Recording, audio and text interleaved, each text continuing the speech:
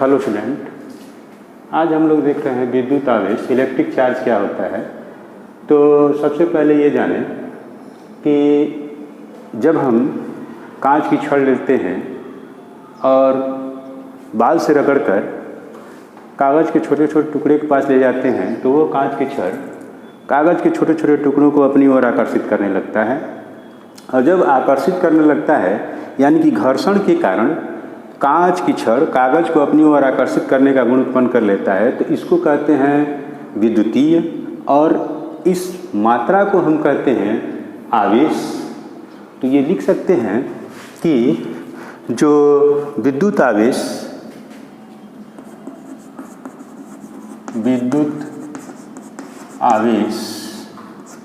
पदार्थ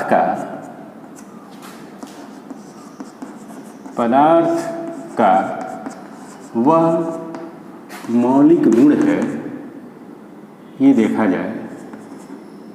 मौलिक गुण है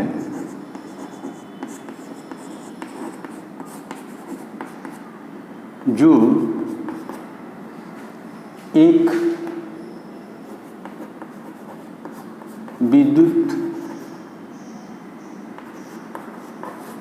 विद्युतीय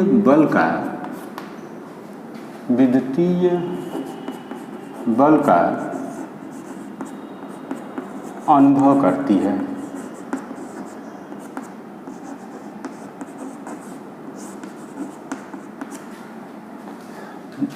इस मौलिक गुण के कारण ही इस मौलिक गुण के कारण ही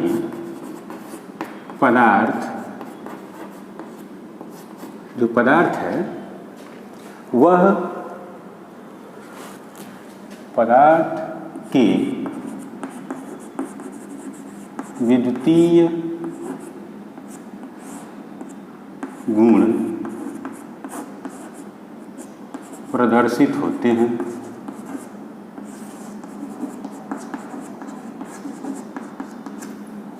जैसे अब देखें तो ये जो आवेश है वो दो प्रकार का होता है, एक धन आवेश और दूसरा ऋण आवेश। तो ये हम लिख सकते हैं कि विद्युत आवेश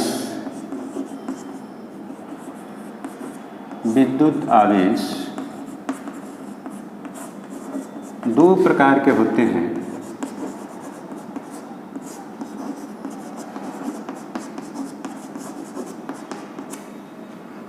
पहला हो गया धनात्मक आवेश और दूसरा हो गया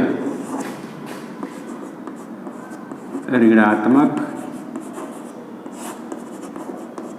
आवेश। अब एक उदाहरण से समझें कि जब हम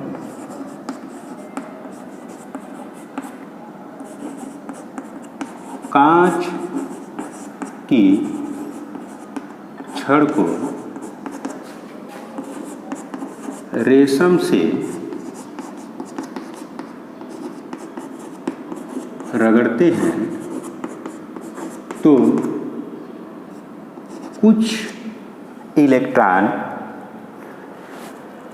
तो कांच की छड़ धन आवेशित हो जाती है।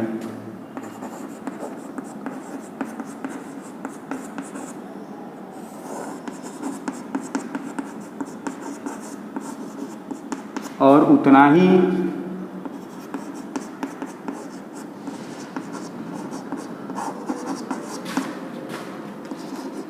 मात्रा में ऋण आवेश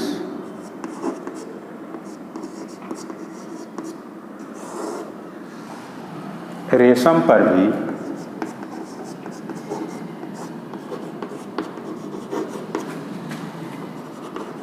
आ जाता है। जितना मात्रा कांच की छड़ पर धनावेश की थी उतना ही मात्रा ऋण आवेश रेशम पर भी आ जाता है। इसका मतलब कि देखा जाए कि जब हम आग्नेय की छड़ को बिल्ली की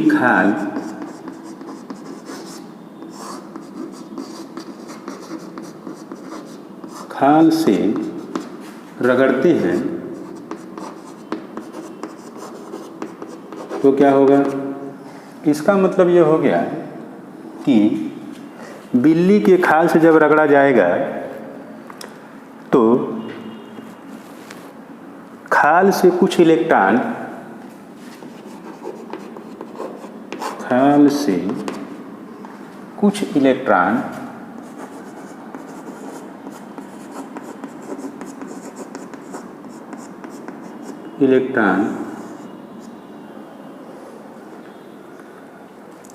आग्नेय की छड़ पर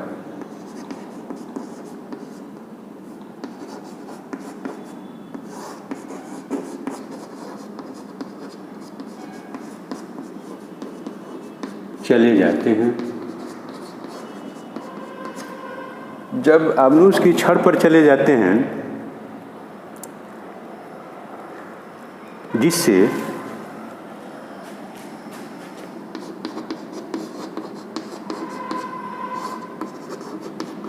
आग्नेय की छड़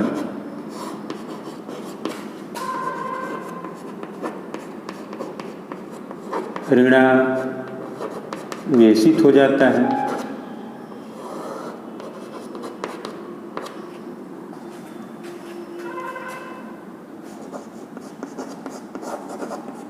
और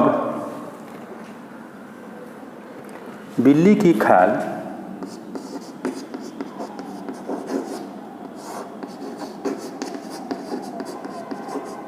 धनावेशित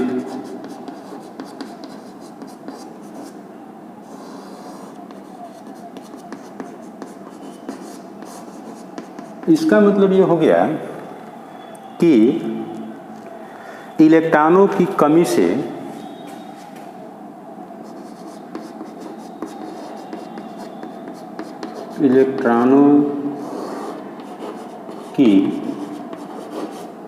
से जब कम होगा तो वो धनावेशित होगा।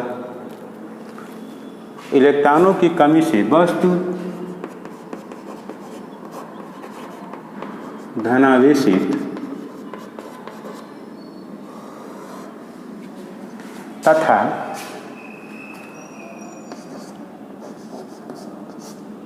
इलेक्ट्रॉनों की अधिकता से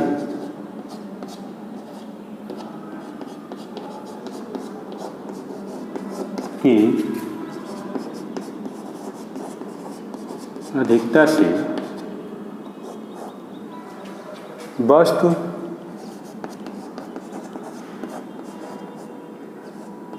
ऋणावेशित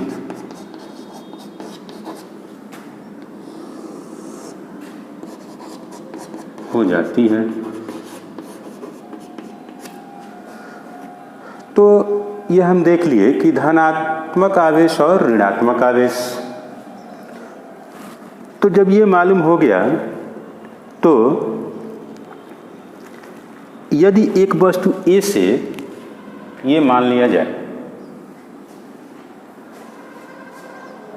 एक इलेक्ट्रॉन पर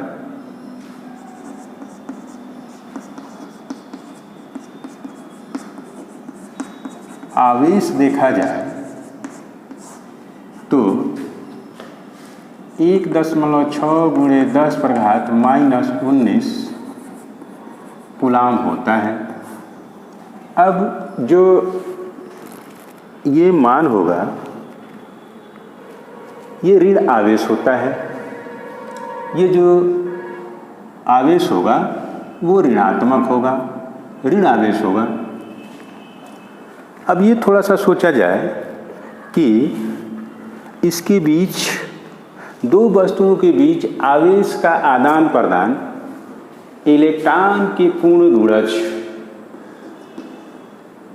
के रूप में होता है, जहाँ n का मान 1, 2, 3 इस प्रकार हो सकता है। कभी भी भिन्नात्मक रूप नहीं होगा, भिन्नात्मक रूप कभी भी नहीं होगा। जब भिन्नात्मक रूप कभी भी नहीं होगा, इसका मतलब आवेशों का आदान प्रदान पूर्ण गुणज के रूप में होता है और n इंटू ई के रूप में होता है, और n का मान 1, 2, 3, 4, 5 ऐसे रखा जा सकता है। अब ये थोड़ा सा देखा जाए, मान लें, माना कि वस्तु A है से n इलेक्ट्रॉन वस्तु माने वस्तु A से n इलेक्ट्रॉन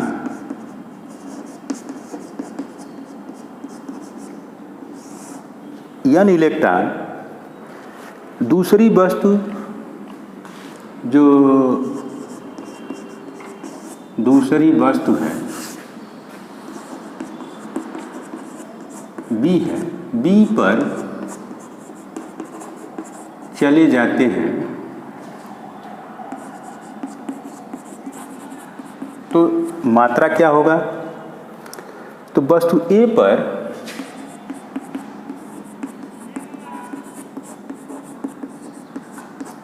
आवेश n इंटू ई के बराबर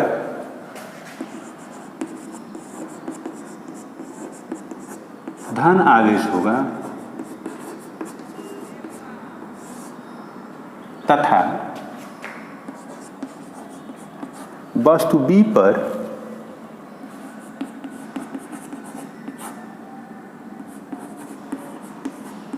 जो आवेश होगा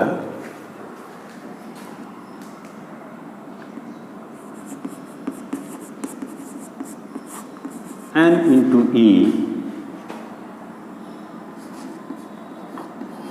ऋणावेश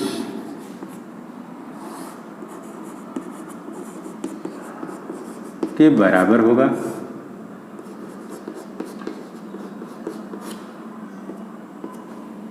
ये पता चल जाता है, यानी कि इतना आवेश उस पर उत्पन्न हो जाएगा, इतना आवेश उस पर उत्पन्न हो जाएगा।